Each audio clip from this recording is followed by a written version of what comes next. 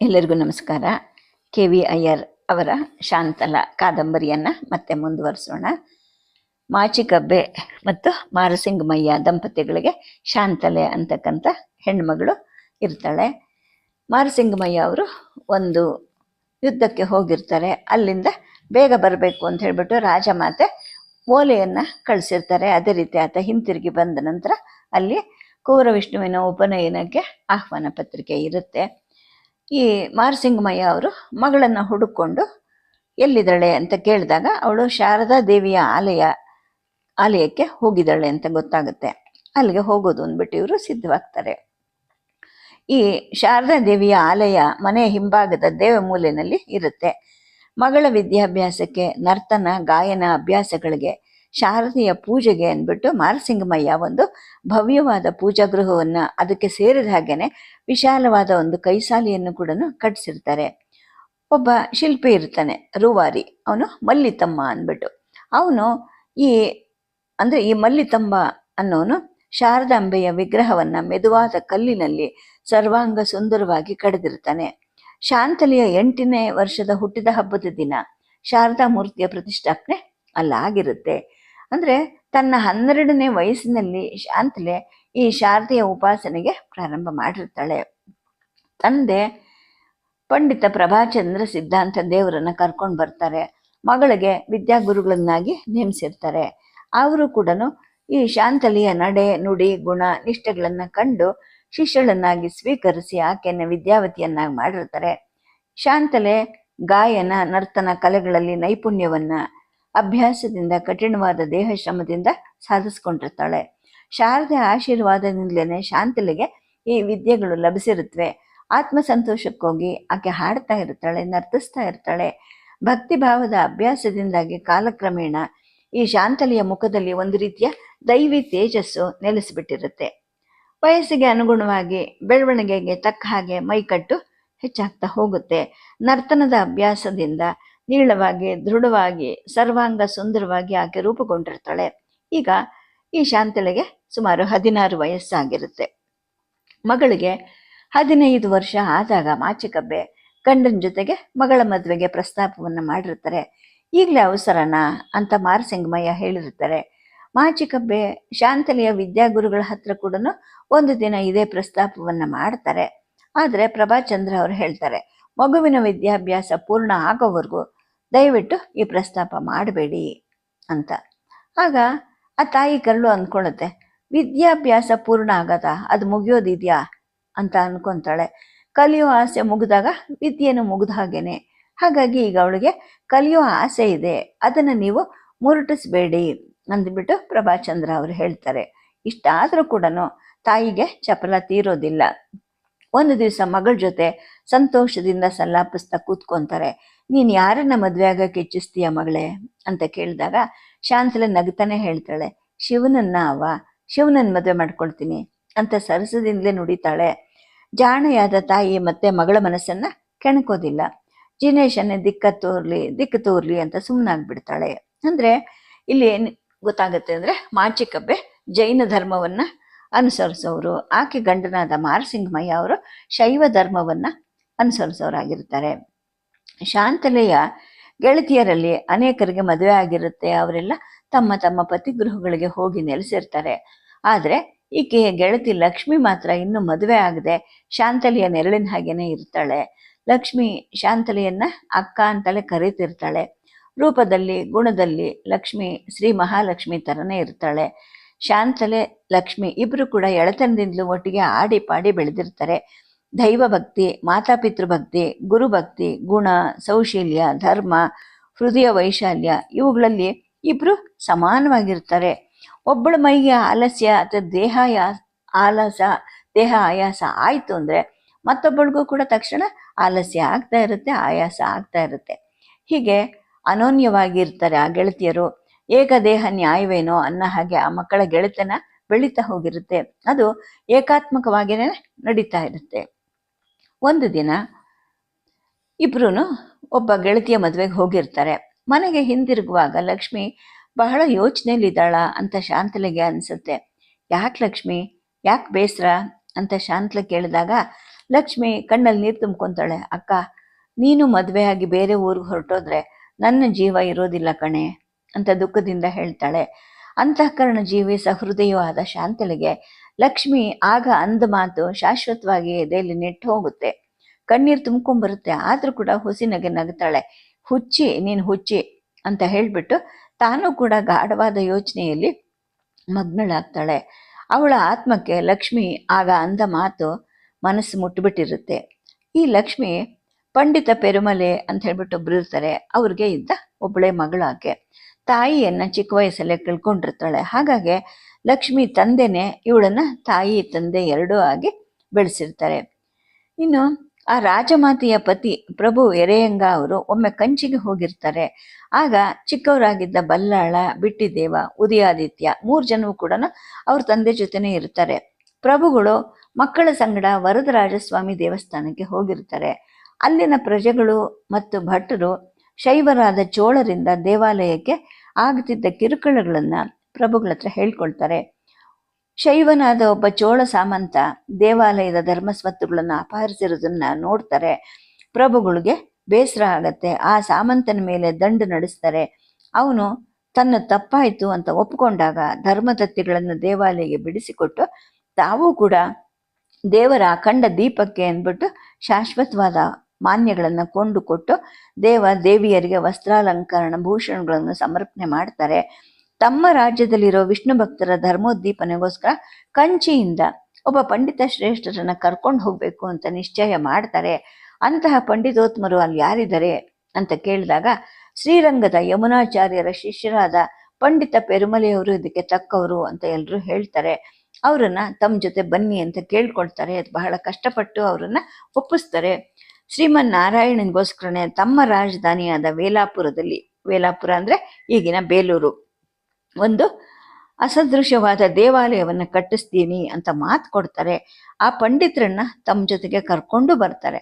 ಆಗ ಮಗುವಾಗಿದ್ದ ಲಕ್ಷ್ಮಿ ಕೂಡ ಆ ತಂದೆ ಜೊತೆಗೆ ಬಂದಿರ್ತಾಳೆ. ಇದೆಲ್ಲ ಆದ 2 ವರ್ಷಗಳಲ್ಲೇನೆ ಎರೆಯಂಗ ಪ್ರಭು ಅವರು ದೈವಾಧೀನರಾಗಿರ್ತಾರೆ. ಪಂಡಿತ ಪೆರುಮಲೆಯವರು ಇನ್ನು ಕಂಚಿಗೆ ಹಿಂದಿರುಗಿ ಹೋಗೋದು, ತನ್ನನ್ನು ಕರ್ಕೊಂಡು ಬಂದು ತನಗೆ ಆಸರೆಯಾಗಿದ್ದ ಎರೆಯಂಗ ಅವರು ತೀರ್ಕೊಂಡ್ರು ಅಂತ ಯೋಚನೆ ಮಾಡ್ತಾರೆ. ಆಗ ಇದೇ ಎರೆಯಂಗರ 3 ಮಕ್ಕಳು ಜನ ಅಂದ್ರೆ ಬಲ್ಲಾಳ, ಬಿಟ್ಟಿದೇವ ಮತ್ತೆ ವಿಷ್ಣು ಇವರೆಲ್ಲರೂ ತಂದೆ ಕೊಟ್ಟ ಮಾತನ್ನ ತಾವು ನಡೆಸ್ಕೊಡ್ತೀವಿ ಅಂತ ಹೇಳ್ಬಿಟ್ಟು ಭರವಸೆ ಕೊಡ್ತಾರೆ. ಪಂಡಿತರನ್ನ ತಮ್ಮ ರಾಜ್ಯದಲ್ಲೇನೆ ಉಳಿಸ್ಕೊಂಡಿರ್ತಾರೆ. ತಂದೆ ಸಿಂಹಾಸನವನ್ನೇರಿದ ಬಲ್ಲಾಳ ಮಹಾರಾಜರು ಅಂದ್ರೆ ವಿಷ್ಣುವರ್ಧನ ಅಣ್ಣ ಇವರು, ಎರೆಯಂಗರ ಹಿರಿಮಗ. ರಾಜ್ಯ ಆಳದು ಬರೀ 4 ವರ್ಷ ಕಾಲ ಅಷ್ಟೇ. ಜನ್ಮಾಂತರದ ಪೀಡೆಯಾಗಿದ್ದ ಒಂದು ರೋಗ ಅವರನ್ನ ಕೊಂಡೊಯ್ಯುತ್ತೆ. ಅಂದ್ರೆ ಬಲ್ಲಾಳದವ ಸತ್ತು ಹೋಗಿರ್ತಾನೆ. ಆ ನಂತರ ಪಟ್ಟವನ್ನೇರಿದ ಬಿಟ್ಟಿದೇವ ಪೆರುಮಲೆ ಪಂಡಿತರ ಧರ್ಮವನ್ನು ಸ್ವೀಕಾರ ಮಾಡ್ತಾನೆ. ವಿಷ್ಣುವರ್ಧನ ಅನ್ನೋ ಒಂದು ಸಾರ್ಥಕ ನಾಮದಿಂದ ಹೊಯ್ಸಳರ ರಾಜ್ಯ ಶ್ರೀ ಕೀರ್ತಿಗಳನ್ನು ಬೆಳಗ್ತಾನೆ. ಸಿಂಹಾಸನವನ್ನು ಹತ್ತಿದ 1 ವರ್ಷದಲ್ಲೇನೆ ತಮ್ಮ ತಂದೆಯ ಕಾಲದಲ್ಲಿ ರಾಜಧಾನಿಯಾಗಿದ್ದ ವೇಲಾಪುರದಲ್ಲಿ ವಿಜಯನಾರಾಯಣ ಸ್ವಾಮಿಯ ದೇವಾಲಯವನ್ನ ಕಟ್ಟಿಸ್ತಾರೆ. ಅದರ ಶಂಕುಸ್ಥಾಪನೆಯನ್ನು ಕೂಡ ಮಾಡ್ತಾರೆ. ಪ್ರಭು ವಿಷ್ಣುವರ್ಧನರ ಹೃದಯ ವೈಶಾಲ್ಯ, ಸರ್ವಮತ ಸಮಾನ ಅನುರಾಗ, ದೈವ ಭಕ್ತಿ, ಧರ್ಮದೃಷ್ಟಿ ಇವನ್ನೆಲ್ಲ ನೋಡ್ಬಿಟ್ಟು ಪೆರುಮಲೆಯವರಿಗೂ ಕೂಡ ತುಂಬಾ ಸಂತೋಷ ಆಗುತ್ತೆ. ಹೊಯ್ಸಳರ ರಾಜ್ಯದ ಹೊಸ ರಾಜಧಾನಿಯಾದ ದ್ವಾರವತಿಯಲ್ಲಿ ಬಂದು ಅವರು ನೆಲೆಸ್ತಾರೆ. ಹಾಗಾಗಿ ಇದೇ ದ್ವಾರವತಿಯ ರಾಜಬೀದಿನಲ್ಲಿ ಪಂಡಿತ ಪೆರುಮಲೆಯವರ ಮನೆ ಇರುತ್ತೆ. ಮಾರಸಿಂಗಮಯ್ಯವರ ಮನೆ ಕೂಡ ಅದೇ ಸಾಲಲ್ಲಿರುತ್ತೆ. ಹಾಗಾಗೇನೆ ಶಾಂತಲೆ ಮತ್ತು ಲಕ್ಷ್ಮಿ ಇಬ್ರು ಒಂದೇ ಬೀದಿಯವರಾಗಿರ್ತಾರೆ. ಒಂದೇ ವಯಸ್ಸಿನವರು ಮತ್ತು ಗೆಳತಿಯರು ಕೂಡ ಆಗಿರ್ತಾರೆ. ಇನ್ನು ಈ ಕಡೆ ಮಾರಸಿಂಗಮಯ್ಯ ಮತ್ತು ಮಾಚಿಕಬ್ಬೆ ಇಬ್ರು ಹೂವಿನ ತೋಟವನ್ನು ದಾಟಿ ಶಾರದಾ ದೇವಾಲಯದ ಕೈಸಾಲೆಯನ್ನ ಸೇರ್ತಾರೆ. ಶಾಂತಲೆ ಆಗ ದೇವಿಯ ಗರ್ಭಗೃಹದಲ್ಲಿ ಪದ್ಮಾಸನದಲ್ಲಿ ಕೂತ್ಕೊಂಡು ಧ್ಯಾನಾಸಕ್ತಳಾಗಿರ್ತಾಳೆ. ತನ್ನ ತಾಯಿ ತಂದೆ ಆಲಯದಲ್ಲಕ್ಕೆ ಬಂದಿದ್ದು ಆಕೆಗೆ ತಿಳಿಯೋದಿಲ್ಲ. ಏಕೆಂದ್ರೆ ಅಷ್ಟೊಂದು ಚಿತ್ತವೃತ್ತಿ ನಿರೋಧದಲ್ಲಿ ಆಕೆ ತೊಡಗಿಸ್ಕೊಂಡಿರ್ತಾಳೆ. ಮಗಳ ಈ ಚಿತ್ತೈಕಾಗ್ರತೆಗೆ ಸಂತೋಷ ಪಟ್ಕೊಂಡು ಆ ಗಂಡ ಹೆಂಡತಿ ಇಬ್ರು ಏನು ಮಾತಾಡದೆ ಕೈಸಾಲಿನಲ್ಲಿ ಕೂತಿರ್ತಾರೆ. ದೇವಿಯ ಗರ್ಭಗೃಹದಲ್ಲಿ ಹೊರಗಿನ ಬಳಕೆಗೆ ಹೆಚ್ಚು ಅವಕಾಶ ಇರೋದಿಲ್ಲ. ಧ್ಯಾನಕ್ಕೆ ಅದು ಅಡ್ಡಿ ತರುತ್ತೆ ಅಂತ ಹೇಳ್ಬಿಟ್ಟು ರೂವಾರಿ ಆದ ಮಲ್ಲಿತಮ್ಮ ಸುತ್ತ ಎಲ್ಲೂ ಜಾಲಂಧ್ರವನ್ನೇ ಹಿಡದೆ ದೇವಿಯ ಮುಖಭಾವ ಮಾತ್ರ ಚೆನ್ನಾಗಿ ಕಾಣ್ಬರೋ ಹಾಗೆ, ಮಧ್ಯಾಹ್ನದ ಬಿಸಿಲು ದೇವಿಯ ಮುಖಪದ್ಮವನ್ನು ಬೆಳಗೋ ಹಾಗೆ ಸೂರಿನಲ್ಲಿ 2 ದ್ವಾರವನ್ನ ಕೊರೆದಿರ್ತಾನೆ. ಒಂದರಲ್ಲಿ ಉತ್ತರಾಯಣ ಕಾಲ, ಮತ್ತೊಂದರಲ್ಲಿ ದಕ್ಷಿಣಾಯನ ಕಾಲದಲ್ಲಿ ಮಧ್ಯಾಹ್ನದ ಹೊತ್ತಿನಲ್ಲಿ ಬಿಸಿಲು ದೇವಿಯ ಮುಖದ ಮೇಲೆ ಬೀಳ್ತಾ ಇರುತ್ತೆ. ಹಾಗಾಗಿ ಶಾಂತಲೆ ಧ್ಯಾನಕ್ಕೆ ಆ ಸಮಯವನ್ನ ಆರಿಸ್ಕೊಂಡು ಆ ಸಮಯದಲ್ಲಿ ತಾನು ಧ್ಯಾನಕ್ಕೆ ಕೂತ್ಕೋತಾ ಇರ್ತಾಳೆ. ಈಗ ಕೂಡ ಅದೇ ಸಮಯ ಆಗಿರುತ್ತೆ. ಕತ್ತಲೆ ಇದ್ದ ಗರ್ಭಗೃಹದಲ್ಲಿ ಮೇಲಿನ ದ್ವಾರದಿಂದ ಬಂದ ಬಿಸಿಲು ಇವತ್ತು ದೇವಿಯ ಮುಖಪದ್ಮದ ಮೇಲೆ ಹರಡಿಕೊಂಡಿರುತ್ತೆ. ಕಣ್ಮನಗಳನ್ನು ಮುಗ್ಧಗೊಳಿಸ್ತಕ್ಕಂತಹ ಒಂದು ಅಪೂರ್ವವಾದ ಶೋಭೆ ಅಲ್ಲಿರುತ್ತೆ. ಚಂದನ, ಅಗರು, ಕರ್ಪೂರ, ನವಕುಸುಮಗಳು ಇವುಗಳ ಸುವಾಸನೆಯನ್ನ ಸುತ್ತಲೂ ಹರಡುತ್ತಾ ಇರುತ್ತೆ. ಇಂತಹ ಚೆಲುವಿನ ಮೂರ್ತಿಯ ಉಪಾಸನೆಯಲ್ಲಿ ಶಾಂತಲೆ ದೇವಿ ಹಾಗೇನೆ ಚೆಲುವಿನ ದೇಹ ಭಾವ ಉಳ್ಳವಳು, ಚೆಲುವಿನ ಮನೋಭಾವ ಉಳ್ಳವಳು ಕೂಡ ಆಗಿರೋ ಹಾಗೆ ಕಾಣಿಸ್ತಾ ಇರ್ತಾಳೆ. ಶಾಂತಲೆಯ ಸಹಜ ಸೌಂದರ್ಯಕ್ಕೆ ಆಭರಣಗಳ ಬೆಡಗು ಬೇಕಾಗಿರೋದಿಲ್ಲ. ಆಕೆ ಶುಭ್ರ ವಸ್ತ್ರ ಧಾರಿಣಿಯಾಗಿರ್ತಾಳೆ, ದೇವಿ ಮುಂದೆ ಕೂತ್ಕೊಂಡಿರ್ತಾಳೆ. ಆಗ ಅನ್ಕೊಂತಾಳೆ, ಪುಂಡರೀಕ ಶಾಪ ಜನ್ಮಗಳನ್ನು ಕಳೆದು ಮತ್ತೆ ಪುಂಡರೀಕನಾಗೆ ತನ್ನ ಹತ್ತಿರಕ್ಕೆ ಬರೋವರೆಗೂ ಕಾಲಗತಿಯನ್ನು ತಪೋನುಷ್ಠಾನದಿಂದ ಜಯಿಸಿ ಪರಮೇಶ್ವರನ ಮುಂದೆ ನಿಶ್ಚಲ ಧ್ಯಾನದಲ್ಲಿ ಕೂತಿದ್ದ ಮಹಾಶ್ವೇತನ ಅಂತ ತಾಯಿಗನ್ಸುತ್ತೆ. ತಂದೆ ದಕ್ಷ ಬ್ರಹ್ಮನ ಪ್ರತಿನಿಂದನೆಯನ್ನು ಕೇಳಿ ತಡೀಲಾಗದ ದುಃಖದಿಂದ ಆತನು ಎಸಗ್ತಿದ್ದ ವೈಷ್ಣವಾಗ್ನಿಗೆ ತನ್ನ ದೇಹವನ್ನು ಅರ್ಪಿಸ್ಕೊಂಡ ದಾಕ್ಷಾಯಣಿ ಮತ್ತೆ ದೇಹ ತೆಳೆದು ಹಿಮಗಿರಿಯ ಶ್ವೇತ ಶಿಖರದಲ್ಲಿ ಕೂತ್ಕೊಂಡು ತಪಸ್ಸನ್ನು ಆಚರಿಸ್ತಾ ಇದ್ದಾಳಲ್ಲ, ಆ ಗಿರ್ಜನ ಈಕೆ ಅಂತ ತಂದೆಗನ್ಸುತ್ತೆ. ಅಂದ್ರೆ ತಂದೆ ಮತ್ತು ತಾಯಿ ಇಬ್ರು ಬೇರೆ ಬೇರೆ ಮತಾವಲಂಬಿಗಳು. ಅವರು ತಮ್ಮ ತಮ್ಮ ಮತಗಳ ಒಂದು ಕಥೆಗಳಿಗೆ ಅನುಸಾರವಾಗಿ ತಾಯಿ ಮಗಳನ್ನ ಮಹಾಶ್ವೇತೆ ತರ ಅಂತ ಅನ್ಕೊಂತಾಳೆ, ತಂದೆ ಗಿರಿಜೆ ತರ ಅಂತ ಅನ್ಕೊಳ್ತಾನೆ. ಆ ಸಮಯಕ್ಕೆ ದೇಜ ಅಲ್ಲಿಗೆ ಬರ್ತಾನೆ. ಅವನು ಸ್ವಲ್ಪ ಸುಳಿವು ಸೂಕ್ಷ್ಮ ಅರಿವಾಗದೆ ಇರೋನು ಬರ್ತಾನೆ. ಅಯ್ಯ ಅವ್ವ ಆರೋಗಣೆಗೆ ಬನ್ನಿ ಅಂತ ಕರೀತಾನೆ. ಆರೋಗಣೆ ಅಂದ್ರೆ ಊಟ. ಆತನ ಕೂಗು ಬರದೇ ಇದ್ದಿದ್ರೆ ಶಾಂತಲೆ ಇನ್ನೂ ಎಷ್ಟೋ ಕಾಲ ಧ್ಯಾನದಲ್ಲಿ ಮಗ್ನಳಾಗಿರ್ತಿದ್ಲೋ ಏನೋ ಗೊತ್ತಿಲ್ಲ. ಆ ಪೆದ್ದನ ಕೂಗು ಶಾಂತಲೆಯ ಧ್ಯಾನವನ್ನು ಭಂಗ ಮಾಡಿಸುತ್ತೆ. ಹೀಗೆ ಯಾರು ಕೂಗಿದ್ರು, ಯಾಕೆ ಕೂಗಿದ್ರು ಅಂತ ಶಾಂತಲೆ ಬೆದರ್ತಾಳೆ. ಪಕ್ಕ ತಿರುಗಿ ಕಣ್ ತೆರೆದು ನೋಡ್ತಾಳೆ. ಕೈ ಸಾಲಿನಲ್ಲಿ ಮೌನವಾಗಿ ಕೂತಿದ್ದಂತಹ ತಾಯಿ ತಂದೆನ ನೋಡ್ತಾಳೆ. ಅಯ್ಯೋ, ತನ್ನಿಂದ ಎಂತಹ ಅಪಚಾರ ಆಗಿದೆ ಅನ್ನೋ ಹಾಗೆ ಶಾಂತಲೆ ತಕ್ಷಣ ಎದ್ದು ಬರ್ತಾಳೆ. ತಂದೆ ತಾಯಿಗೆ ನಮಸ್ಕಾರ ಮಾಡ್ತಾಳೆ. ಅಯ್ಯ ಯಾವಾಗ ಬಂದ್ರಿ? ಅಯ್ಯ ಸುಖವಾಗಿ ಬರಲಿ, ಬೇಗ ಬರಲಿ ಅಂತ ನಾನು ಪ್ರಾರ್ಥನೆ ಮಾಡ್ತಾ ಇದ್ದೆ ಅಂತ ಹೇಳ್ಬಿಟ್ಟು ಪುಷ್ಪ ಪ್ರಸಾದವನ್ನು ತಂದು ತಂದೆ ಹತ್ರ ಕೊಡ್ತಾಳೆ. ಹಾಗೆ ಅವ್ರ ಪಕ್ಕ ಕೂತ್ಕೊಂತಾಳೆ. ಮಾರಸಿಂಗಮ್ಮಯ್ಯವರಿಗೆ ಅಕ್ಕರೆ ಉಕ್ಕಿ ಬರುತ್ತೆ. ಮಗಳ ತಲೆಯನ್ನ ನೇವರಿಸ್ತಾರೆ. ಇದೇ ತಾನೇ ಇಲ್ಲಿ ಬಂದು ಕೂತ್ವಿ ಮಗಳೇ, ಊರಿಗೆ ಬಂದೆ, ಮಜ್ಜನ ಮುಗಿಸ್ದೆ, ಶಿವಪೂಜೆಯನ್ನ ಮಾಡ್ತಾ ಇದ್ದೆ. ಅರಮನೆಯ ಅವಸರದ ಸವಾರ ಒಬ್ಬ ಬಂದ ಈ 2 ಓಲೆಗಳನ್ನ ತಂದೊಪ್ಪಿಸಿದ.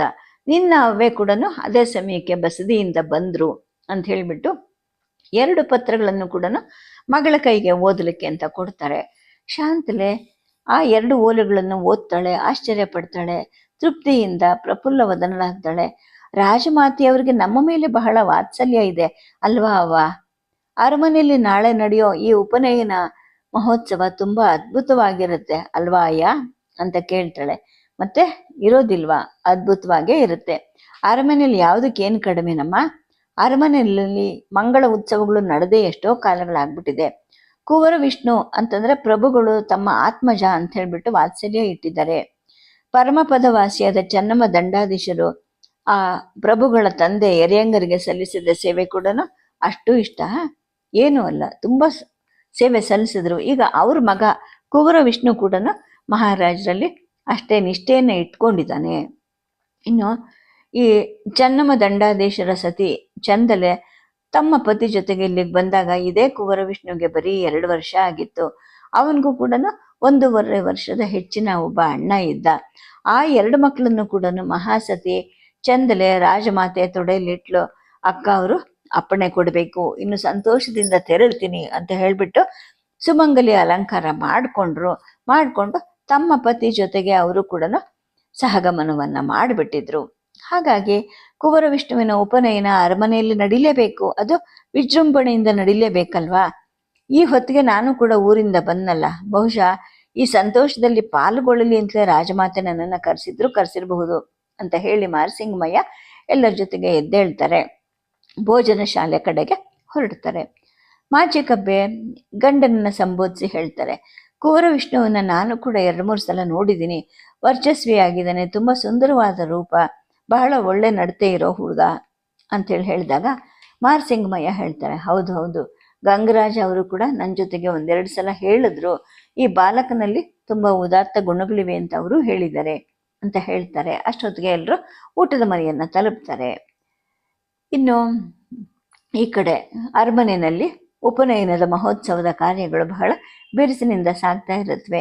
ವಿಶಾಲವಾದ ವಿಜಯ ಸಿಂಹಾಸನದ ಓಲಗ ಶಾಲೆ ಅದ್ಭುತವಾಗಿ ಅಲಂಕಾರ ಮಾಡಲ್ಪಟ್ಟಿರುತ್ತೆ. ಬಂಧು ಬಳಗದವರಿಗೆ, ಸಾಮಂತರಿಗೆ, ಗುರು ಶ್ರೇಣಿಯವರಿಗೆ, ವಿಪ್ರರಿಗೆ, ಪೌರರಿಗೆ, ಅರಮನೆಯ ದೇಶಕೋಶದ ಅಧಿಕಾರಿಗಳಿಗೆ, ಆಹ್ವಾನಿತರಿಗೆ, ಹೆಂಗಸರಿಗೆ, ಮಕ್ಕಳಿಗೆ ಅವರವರ ಅಂತಸ್ತು ಅಧಿಕಾರಗಳಿಗೆ ಮತ್ತು ಗೌರವಗಳಿಗೆ ತಕ್ಕ ಹಾಗೆ ಸುಖಾಸನಗಳನ್ನು ಹಾಕಿರ್ತಾರೆ. ಎತ್ತರದ ಪ್ರದೇಶದಲ್ಲಿ ಒಂದು ಯಜ್ಞ ವೇದಿಕೆಯನ್ನು ನಿರ್ಮಿಸಿರ್ತಾರೆ. ಕುಲಪುರೋಹಿತರಿಗೆ, ಆಚಾರ್ಯ ವರ್ಗದವರಿಗೆ, ವಿಪ್ರರಿಗೆ, ಕುವರ ವಿಷ್ಣುವಿಗೆ ಮತ್ತು ಅವನಿಗೆ ತಂದೆ ಸಮಾನರೇ ಆಗಿದ್ದಂತಹ ಪ್ರಭುಗಳಿಗೆ ಪೀಠಗಳನ್ನು, ಸುಖಾಸನಗಳನ್ನು ಹಾಕಿರ್ತಾರೆ. ಪೂಜೆಗೋಸ್ಕರ ಮತ್ತು ಹವನ ಹೋಮಾದಿಗಳಿಗೋಸ್ಕರ ಬೇಕಾಗುವಂತಹ ಎಲ್ಲ ವಸ್ತುಗಳನ್ನು ಸಿದ್ಧಪಡಿಸಿ ಇಟ್ಟಿರ್ತಾರೆ. ಫಲ, ಪುಷ್ಪ, ಸುಗಂಧ ದ್ರವ್ಯಗಳು ಎಲ್ಲವನ್ನೂ ಯಥೇಚ್ಛವಾಗಿ ಸಂಗ್ರಹ ಮಾಡಿ ಅಲ್ಲಿ ಸಿದ್ಧವಾಗಿಟ್ಟಿರ್ತಾರೆ.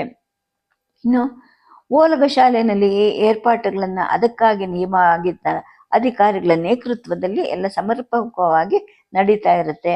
ಆ ಕಡೆ ರಾಣಿ ವಾಸದಲ್ಲಿ ರಾಜಮಾತೆಯವರು, ಅಮಾತ್ಯ ಶ್ರೇಷ್ಠರಾದಂತಹ ತಂತ್ರಪಾಲ ಹೇಮಾದ್ರಿಯವರು, ವೀರದೇವರು, ಅಚ್ಯುತ ದೇವರು, ಗೋವಿಂದ ಪಂಡಿತರು ಇವ್ರನ್ನೆಲ್ಲ ಕರೆಸಿ ಒಂದು ಆಲೋಚನೆಯ ಒಂದು ಸಭೆಯನ್ನ ಮಾಡ್ತಾ ಇರ್ತಾರೆ. ಪಂಚಪ್ರಧಾನರಲ್ಲಿ ಮುಖ್ಯರಾದಂತಹ ಗಂಗರಾಜರು ಮಾತ್ರ ಇನ್ನೂ ಅಲ್ಲಿಗೆ ಬಂದಿರೋದಿಲ್ಲ. ಪಂಚಪ್ರಧಾನರು ಅಂದ್ರೆ 5 ಜನ ಮುಖ್ಯಸ್ಥರು, ಪಂಚಾಯತನ ಮಾಡ್ತಕ್ಕಂಥವ್ರು. ಅದರಲ್ಲಿ ಬಹಳ ಮುಖ್ಯರಾದವರು ಗಂಗರಾಜರು, ಅವರಿನ್ನೂ ಬಂದಿರೋದಿಲ್ಲ. ಎಲ್ಲರೂ ಅವರ ಆಗಮನವನ್ನ ನಿರೀಕ್ಷೆ ಮಾಡ್ತಾ ಇರ್ತಾರೆ. ಅಷ್ಟೊತ್ತಿಗೆ ಆತ ಬರ್ತಾರೆ. ಇವ್ರದ್ದು ವಯಸ್ಸಿನಲ್ಲಿ ಎಲ್ಲರಿಗಿಂತ ಹಿರಿಯರು, ಈತ ಜ್ಞಾನ ಉತ್ತರರು ಆಗಿರ್ತಾರೆ. ಇವ್ರದ್ದು ಬಹಳ ಉನ್ನತವಾದ ಗಂಭೀರ ಆಕೃತಿ ಆಗಿರುತ್ತೆ. ಎರೆಯಂಗರ ಕಾಲದಲ್ಲಿ ಇವರು ಸರ್ವಸೇನಾಪತಿ ಆಗಿರ್ತಾರೆ. ಅನೇಕ ಪುಂಡು ಪಾಳೆಯಗಾರರನ್ನ, ಜೊತೆಗೆ ದೈವ ಭಕ್ತಿನೇ ಇಲ್ಲದೆ, ಪ್ರಜಾನುರಾಗಿಗಳು ಅಲ್ಲದೆ ಇರುವಂತಹ, ದೇಶ ಹಿತೈಷಿಗಳು ಅಲ್ಲದೆ ಇರೋ ಸ್ವಾರ್ಥಿಗಳನ್ನ, ದ್ರೋಹಿಗಳನ್ನ ಸದೆ ಬಡಿತಿರ್ತಾರೆ. ದೇಶವನ್ನ ಸುರಕ್ಷಿತವಾಗಿ ಮಾಡಿ ಹೊಯ್ಸಳ ರಾಜ್ಯವನ್ನ ವಿಸ್ತಾರ ಮಾಡೋಕ್ಕೂ ಕೂಡ ಆತ ಸಹಾಯ ಮಾಡಿರ್ತಾರೆ. ಎರೆಯಂಗರ ನಂತರ ಈಗಿನ ಪ್ರಭು ವಿಷ್ಣುವರ್ಧನ, ಇವ್ರಿಗೂ ಕೂಡ ಅದೇ ಗಂಗರಾಜರು ಸರ್ವಸೇನಾಪತಿನೂ ಆಗಿರ್ತಾರೆ, ಮಹಾಪ್ರಧಾನರು ಕೂಡ ಆಗಿರ್ತಾರೆ. ಈ ಹಿರಿಯರಾದಂತಹ ಎರೆಯಂಗರ ಅವಸಾನ ಕಾಲದಲ್ಲಿ ಗಂಗರಾಜ ಅವ್ರ ಹತ್ರನೇ ಇರ್ತಾರೆ. ಮರಣ ಸನ್ನಿಹಿತ ಆಗಿದೆ ಅಂತ ಎರೆಯಂಗರಿಗೆ ಗೊತ್ತಾಗುತ್ತೆ. ಆಗ ಇನ್ನು ಚಿಕ್ಕವರಾಗಿದ್ದಂತಹ ಬಲ್ಲಾಳ, ಬಿಟ್ಟಿದೇವ, ಉದಯಾದಿತ್ಯ ಇವ್ರುಗಳನ್ನ ಹತ್ರಕ್ಕೆ ಕರ್ಕೊಂತಾರೆ. ತಮ್ಮ ಸತಿಯನ್ನು ಕರೀತಾರೆ, ಗಂಗರಾಜರನ್ನು ಕರೀತಾರೆ. ಇನ್ನು ನಾನು ಹೋಗ್ತೀನಿ, ನೀವಿಬ್ರು ಈ ಮಕ್ಕಳನ್ನ ಮತ್ತು ರಾಜ್ಯವನ್ನ ಮುಂದಕ್ಕೆ ತನ್ನಿ ಅಂತ ಹೇಳ್ತಾ ಇರ್ಬೇಕಾದ್ರೆ ಮಹಾರಾಣಿ ಮಹಾದೇವಿಯ ಅಕ್ಕ ಅವರು ಕಣ್ಣೀರು ತುಂಬ್ಕೊಂತಾರೆ, ಗದ್ಗದ ಕಂಠಿಯಾಗಿ. ನಾನು ಸಹ ಗಮನಿಸ್ತೀನಿ, ನನಗಿಲ್ಲೇನು ಕೆಲಸ ಅಂತ ಹೇಳಿದಾಗ ಪ್ರಭುಗಳು ಹೇಳಿರ್ತಾರೆ, ದೇವಿ, ನಮಗಿಂತ ನಮ್ಮ ಮಕ್ಕಳ ಮುಂದಿನ ಜೀವನ ಹೆಚ್ಚಿನದು, ಎಲ್ಲಕ್ಕಿಂತ ರಾಜ್ಯದ ಕ್ಷೇಮ ಹೆಚ್ಚಿದ್ದು. ಹಾಗಾಗಿ ನೀನು ಅಂತ ಹೇಳೋಷ್ಟರಲ್ಲೇ ಅವ್ರ ಮಾತು ಅರ್ಧದಲ್ಲಿ ನಿಂತು ಹೋಗಿರುತ್ತೆ. ಮರುಕ್ಷಣದಲ್ಲೇನೆ ದೀರ್ಘವಾದ ನಿಶ್ವಾಸದ ಜೊತೆಗೆ ಎರೆಯಂಗರು ತೀರ್ಕೊಂಡ್ಬಿಟ್ಟಿರ್ತಾರೆ. ಸಹಗಮಿಸುವೆ ಅಂತ ಮತ್ತೆ ಮತ್ತೆ ಯೋಚನೆ ಮಾಡ್ತಿದ್ದ ಮಹಾದೇವಿಯ ಅಕ್ಕ ಅವರನ್ನ ಗಂಗರಾಜರು ಬಹಳವಾಗಿ ಸಮಾಧಾನ ಮಾಡಿರ್ತಾರೆ.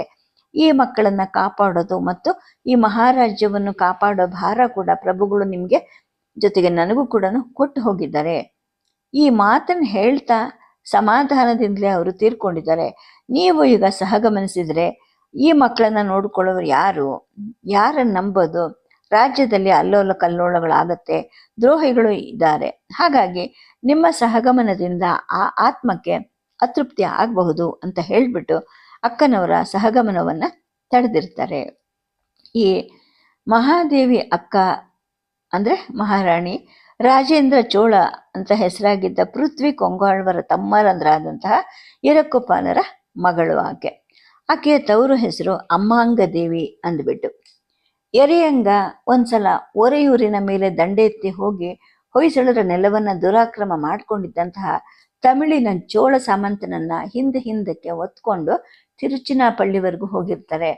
ರಾಜತಂತ್ರಜ್ಞರಾಗಿದ್ದ ಗಂಗರಾಜರು ಇಂತಹ ತೊಂದರೆಗಳು ಇನ್ನು ಮುಂದೆ ಬರದೇ ಇರಲಿ ಅಂತ ಹೇಳ್ಬಿಟ್ಟು ಅದೇ ಚೋಳರಾಜನ ಮಗಳಾದ ಈಕೆಯನ್ನ ಕರ್ಕೊಂಡು ಎರೆಯಂಗರಿಗೆ ಮದುವೆ ಮಾಡಿಸಿರ್ತಾರೆ. ಹಾಗಾಗಿ ಮುಂದೆ ತಮಿಳು ಚೋಳ ರಾಜ್ಯಕ್ಕೂ ಹೊಯ್ಸಳ ರಾಜ್ಯಕ್ಕೂ ಕೆಲ ಕಾಲ ಸಮಾಧಾನ ಏರ್ಪಾಟಾಗಿರುತ್ತೆ.